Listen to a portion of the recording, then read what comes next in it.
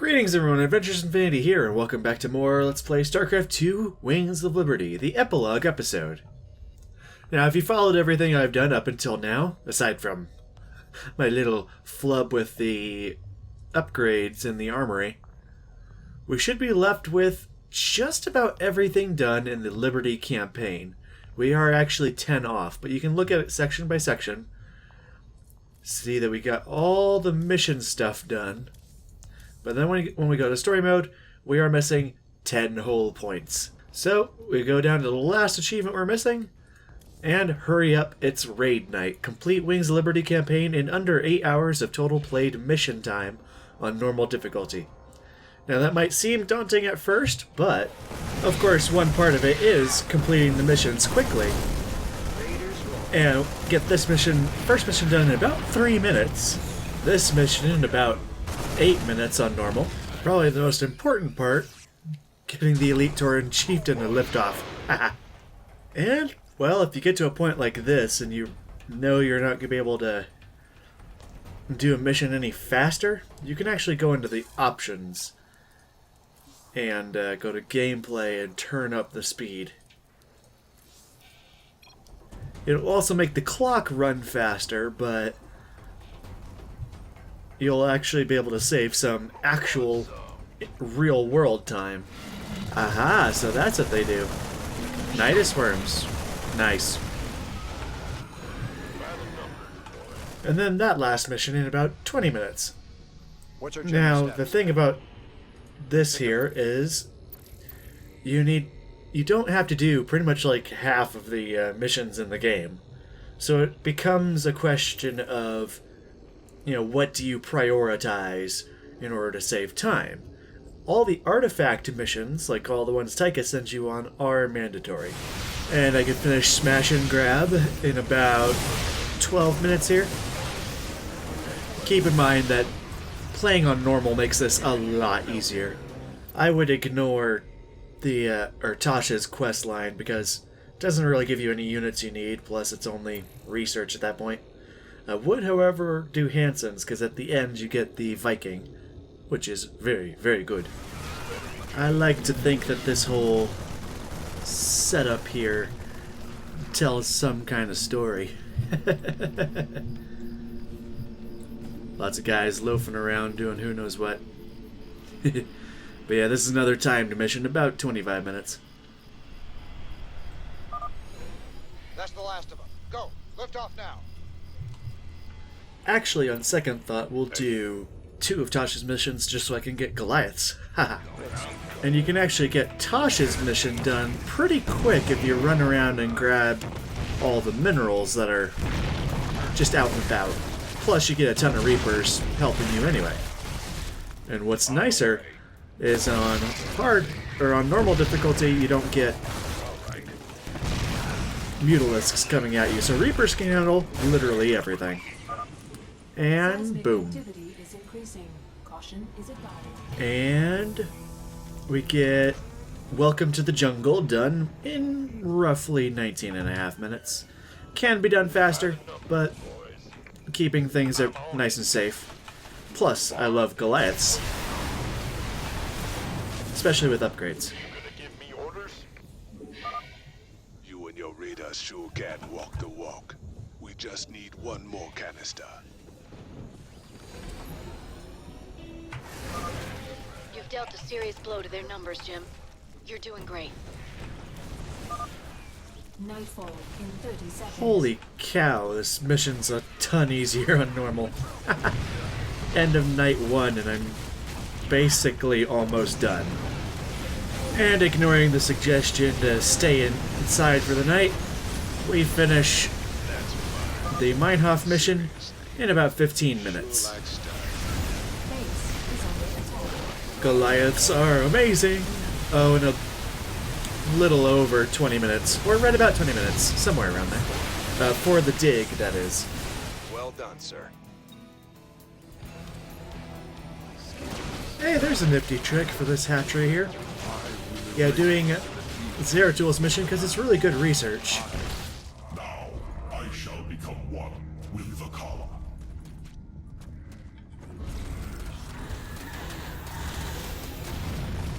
and finishing the last colonist mission in about 20 minutes. I chose to purify the colony because I want to prioritize Protoss research. Alright, and the Mobius factor, roughly 17, 18-ish minutes. Also, Vikings! Haha!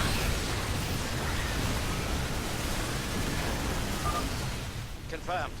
The final data core has been destroyed. It would also help if the Tal'Darim on normal made any detection. Make a small force within the first 10 minutes, comprising of Immortals, a few Dark Templars, Zealots, Stalkers, and one High Templar that you get from getting this up, and you're good to go. Haha! First overmind tendril. I'm also going to be speeding through this mission in similar fashion that I did in the actual episode, except I'm actually going to take the time to power up these things for the research. Power up the obelisk, and send Zeratulin. Burdens weigh 5 years in the shadows. Yeah! The fourth overmind 6 minutes. I sense. Alright, and with about 15 Banshees and Hell's Angels helping us out, the Supernova mission goes a lot more smoothly. Just clear out the base and let's go. Alright, and it's starting to look like Maw the Void might take me, or it might be another mission that takes me 20 minutes. One thing I can suggest is there's a lot less detection in this particular version of the mode, just because on normal there's less stuff. So, do runs to attack, say, the cannons instead, and then you can send the Dark Templars in to get rid of everything. Okay, so it took me 21 minutes. Alright, now I could go to Char at this point, and I've skipped a lot, but I'm going to go to Tarsonis first because I want a few extra credits for one more upgrade. Yeah, you can't stop me! Yeah, I imagine this one will be about 20-ish minutes, maybe? I never knew there was this expansion up here. Nice. This is a Raynor drive-by. 25 minutes. It's so awesome when you can have over 200 supply in your army. Getting the Gates of Hell done in about 21 minutes.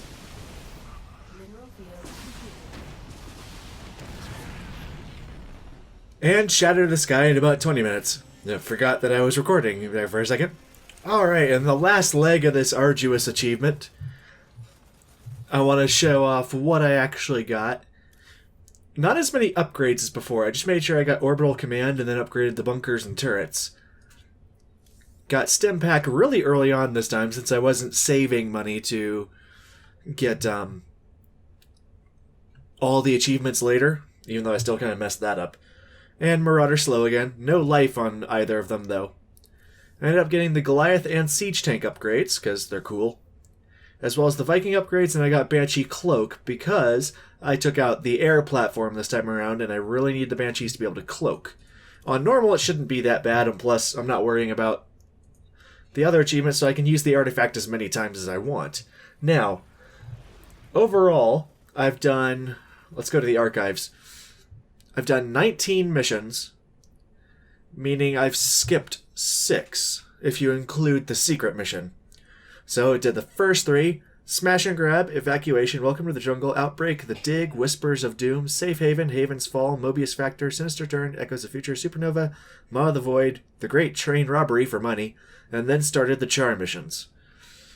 Basically, my thought process was, do a artifact mission whenever it shows up, like Smash and Grab and The Dig, or what's another one? The Mobius Factor is one of them, even though you don't get an artifact in that one. And then whenever there isn't one of those missions available, do whatever's going to get you a unit that you want, like I did Welcome to the Jungle for the Goliath. And then I went through Haven's Fall for the Viking. Or, like I did Zeratul missions, like Whispers of Doom and A Sinister Turn for research. I did Echoes of the Future, but I didn't do In Utter Darkness, because that mission takes a long time to beat. I did Echoes of the Future because there is that speedrunning tactic, and you can get a lot of research for it. And so there we go. Skipping 6 missions, we should be fine. And let's see, if we go to the research, this is my loadout this time around. Not much change compared to the last time, except for a couple things on the Zerg side. I decided to get the Planetary Fortress instead of the Perdition Turret, because Planetary Fortresses are pretty cool. And having the ability to make more SCVs is also pretty cool. And this time I'm getting the Psi Disruptor instead of the Hive Mind Emulator. You really do need the Hive Mind Emulator when you're doing air, because taking control of Mutalisks is just insane. But Psi Disruptor will help in this map just because it'll slow everything down while your Planetary Fortresses and Siege Tanks do a ton and a ton and a ton of splash damage. And then I think that's about it, yeah. Chose the Ravens again because I love the point defense drones. And now I'm going to do the last mission one more time. Obviously not show all of it, but then get the achievement. For reference, I have about 6 hours of footage so far, so I have a whole 2 hours to do this mission, even though I think it's perfectly timed out to be half an hour long. Okay, to start off with the ground strategy in particular, because I want to go into detail about this particular bit, you're going to want to focus Siege Tanks and Banshees, actually, because you'll need a Banshee kill squad for the Nidus Worms. And also, I'm making the Planetary Fortresses up here, but they start off with enough energy when you first build them as command centers to drop down a mule. So make sure you drop down a mule right as they get finished, and then turn them into a Planetary Fortress. Alright, we are just barely getting our massive overlords just in time for Energy Nova. The artifact's energy nova is fully recharged. Not anymore. Ha! And yeah, here's the basic situation. A lot easier, obviously, on normal. I'm going to create little supply depots to fill in these pockets where the units can squeeze through the Planetary Fortresses, but overall, we are pretty well set and ready to go. I also have the Psi Disruptors here, slowing things down. I'm actually going to make another one up here, and then go back. There we go. And dealing with the Queen of Blades isn't that bad, as she has a lot less health this time around. Boom, boom, good to go. Yeah, she still has that instant kill ability. And then this is essentially what you have to do when you're doing the anti-ground mission. Obviously, it's a lot easier for me right now because it's on normal. But you want to have this Banshee kill team going around, killing all the Nidus Worms. On Brutal, they're going to place a lot more Spore Crawlers nearby, so you'll need to be careful to go in, kill the target, and get out. Go, go, Nova! Haha! Well, that's pretty much done. About half an hour left. And done. And for that, we obtain Hurry Up, It's Raid Night. For approximately 7 hours and 20 minutes of actual playtime. Probably more around 6 hours or so actual mission time. So you got a little room there if you can't do some of the missions quite as fast as I can.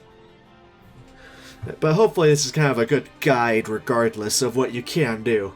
If you're actually confident in your ability to have SCVs repairing buildings, the one mission that I did to get another upgrade, the Great Train Robbery, I did it so that I could get shaped blasts from the siege tanks, but if you forego that upgrade, you could save yourself about another 20 minutes. But you'll just have to have some SCVs to repair the Planetary Fortresses. And that finishes StarCraft 2 Wings of Liberty. Entire campaign, brutal completion, and every single campaign achievement, including Hurry Up It's Raid Night and the Lost Viking achievements. Now, the funny thing about Blizzard credits is if I let this go at normal speed, we are gonna be here for about 45 minutes. So, no disrespect to the people who made this game. Thank you guys so much for making such an awesome tale. But we're just gonna speed it up a little bit. Now, as for someone that...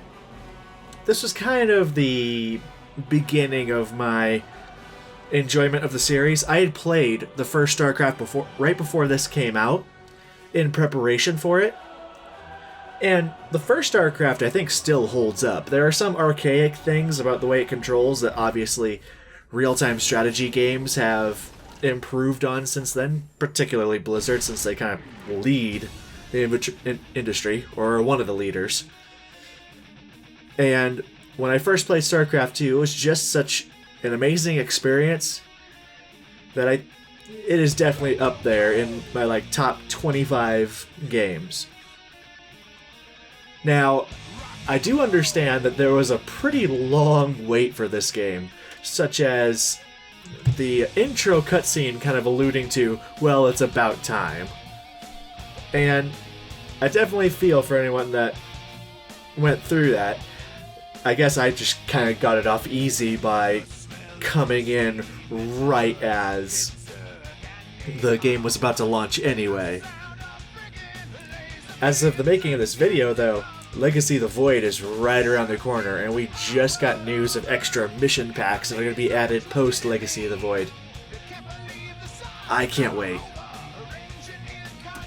But as we have level 800 Elite Tauren Chieftain playing in the background, let's just kind of ruminate for a second. You know I'm tearing up the night, tearing up the night, tearing up the night, tearing up the night. All right. I don't want no shiny Protoss flying machine. I'd rather have a clunky, funky, rusty SCV. Pretty great there. That's Blizzard's in-house band and one of their actual tracks. I believe you can buy their album. As for the gameplay, there are obvious improvements that they made in Heart of the Swarm, such as having workers start mining automatically when the match starts. So great. And plus, they just have better gameplay design in Heart of the Swarm. But this one came first, and as such, I believe the gameplay is very reminiscent of someone who had mastered making real-time strategy fun. And also deep with the way the units balance and counterbalance each other. Obviously not perfect, but we're always pushing the medium forward. And I loved the gameplay in this one. The only issue I had, and they fixed this in Heart of the Swarm, is wall of names, is actually being able to pilot the Hyperion. Don't want to spoil too much, but it's pretty fun. But yeah, with these credits, you'd think they hire half the world. Gameplay, amazing. I think gameplay definitely improves in Heart of the Swarm, but one thing that I think is consistent throughout is I love the story. Some of those ending scenes were absolutely amazing. And there are some things, particularly with the missions that you have to choose between one choice and another, I kind of wish there was more emotional depth in some of the other options. Like helping Nova out leads to a rather comedic scene with some hints of oh, I'm not stooping down to your level, Tosh. But they don't really capitalize on that. But that's just nitpicking for lost opportunities. Overall, such a fantastic game. Not to mention the music was spectacular. This is really the first time I noticed a few of the tracks. But with that, we finish the credits in a reasonable amount of time. And this is definitely one of those 10 out of 10 games for me. Wings of Liberty completed. Alrighty, and just to show here, we do indeed have everything after this whole playthrough. A rather amazing ride, and also I want to kind of say, a lot of these episodes came out really quickly one after another, and that was for a few reasons. Of course, Legacy of the Void's coming out soon, but also I just really love this game. And I would never put down a chance to play even more of it. It was a point where like I wanted to stop editing just so I could play more. Definitely know you're doing things right when a game can make me feel that way. But yeah, and then story mode. Hurry up, it's raid night. Complete Wings of Liberty for the Jim Raynor portrait. All missions on normal for General Warfield portrait. All missions on hard for Arcturus Mengsk. All missions on brutal for Kerrigan. Stay a while and listen. All the tech masters for Rory Swan.